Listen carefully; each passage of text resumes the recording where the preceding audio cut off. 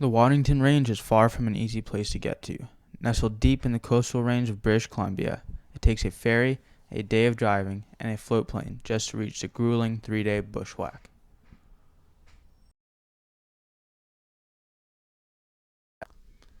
After spending a day trying to jam 80 pounds of gear into a backpack, it was time to load the float planes.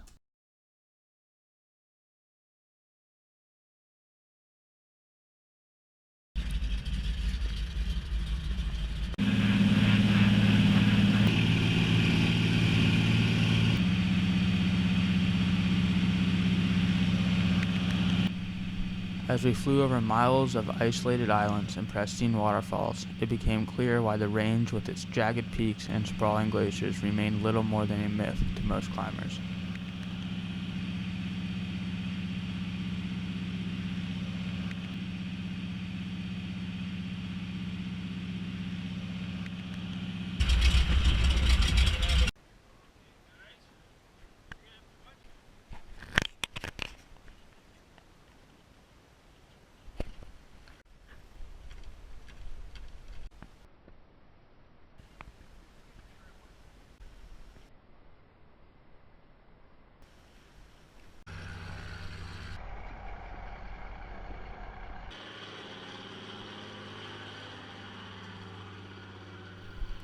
While watching our last connection to civilization fly away, we realized that only one last test of miles of Devil's Club, down trees, and mosquitoes kept us from the Alpine.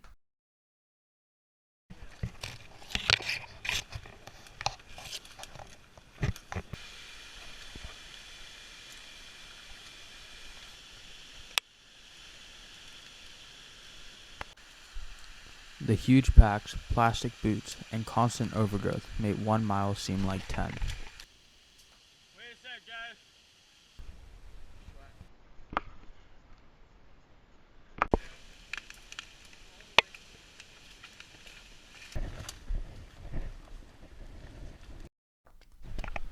Finally, when things couldn't seem to get worse, the bushes cleared and we had our first view of the mountains.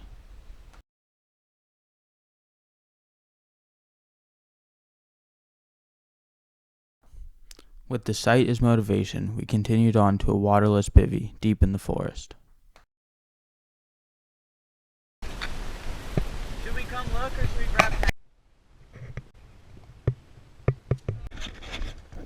On the third day of bushwhacking, we cleared the tree line and finally hit the snow.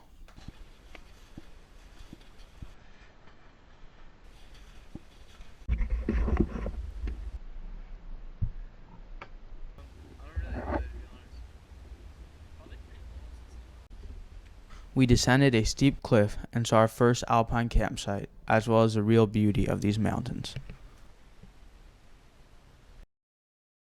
We spent a day at the lake practicing our glacier travel skills as well as our knots.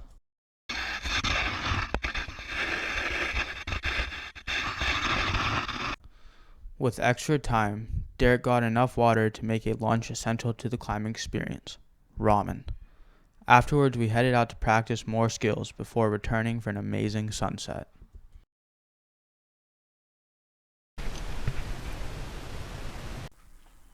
We roped up for our first taste of glacier travel, a traverse below Diamond Peak and a climb up a steep pass.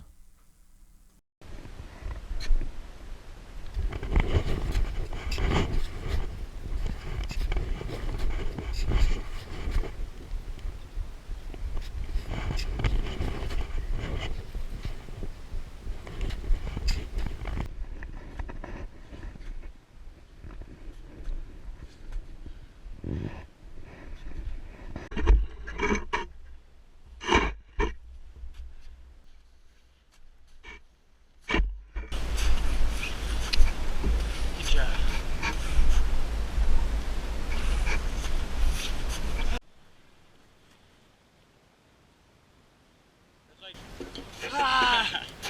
After Derek led us to the top of the grueling pass, we scoped out our next one, Jubilee.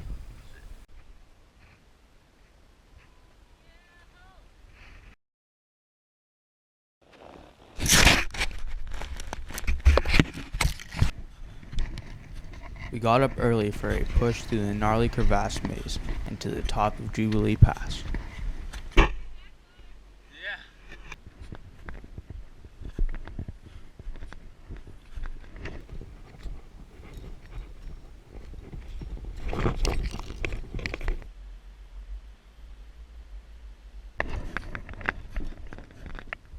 6 hours.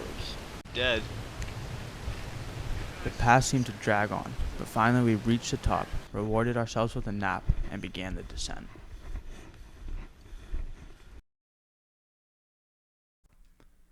Needing to get to our resupply at Icefall Point, we hit the beautiful dry glacier early in the morning.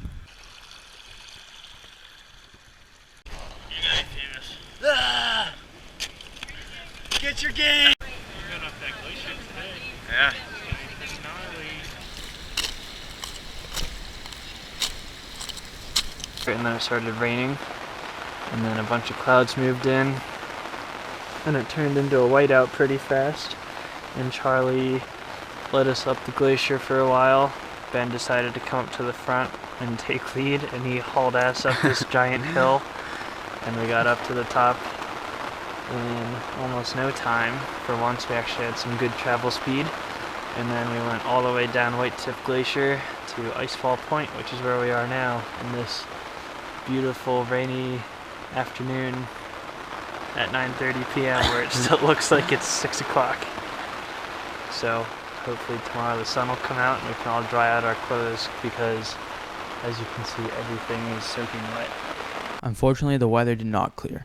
In fact, the storm persisted for 3 days, keeping us trapped in our tent with just a single pack of tuna. Red pepper flakes, 1 lime juiced, and an optional chopped fresh cilantro, sliced scallions, tortilla strips, and cheddar jack cheese or garnish. We have the tuna.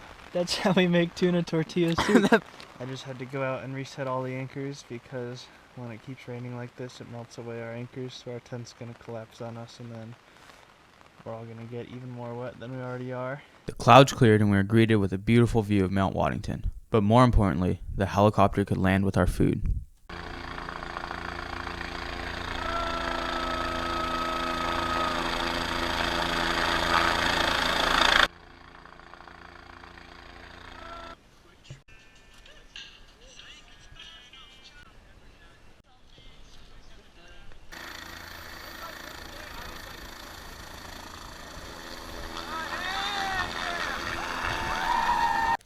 After a successful resupply, we ate our first real meal in days and got stoked to get back on the glacier the next day.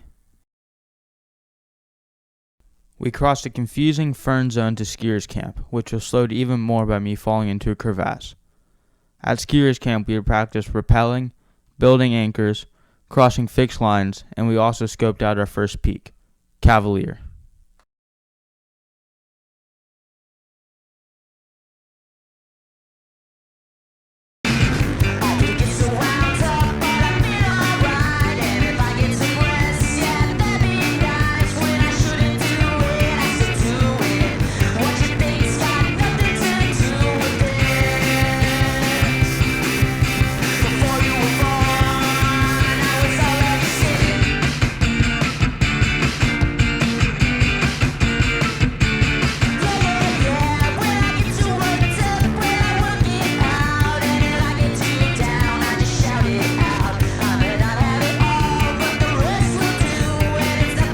After Mark led us to the top, we enjoyed the amazing views, and Butch prepared to lead us down the sketchy descent.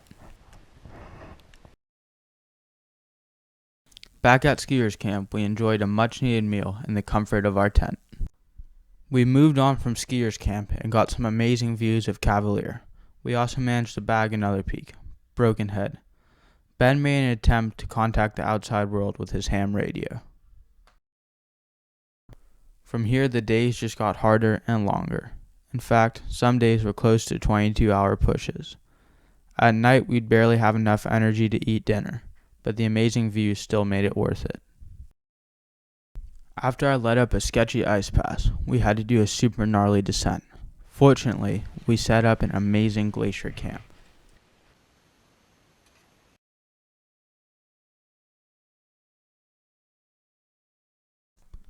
From here we would descend to the forest and climb back up to pick up a food cache. Then Derek would lead us up one more pass before we would start the treacherous bushwhack out. The bushwhack through Twist Creek was terrible. In fact, it might have been 10 times worse than the one in. We were constantly falling, soaked, and borderline lost.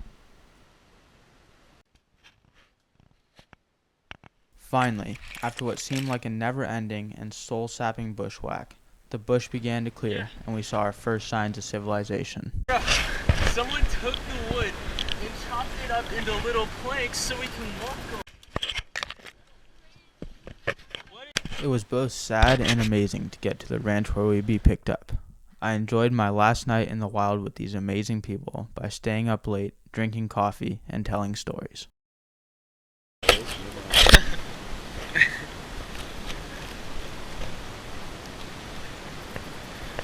It's like painting a picture. We had the drive back to Washington together, but after that, the people who had become my family over the past 30 days would part. I would miss the mountains and amazing sunsets, but even more, I would miss being stuck in a tent with great friends.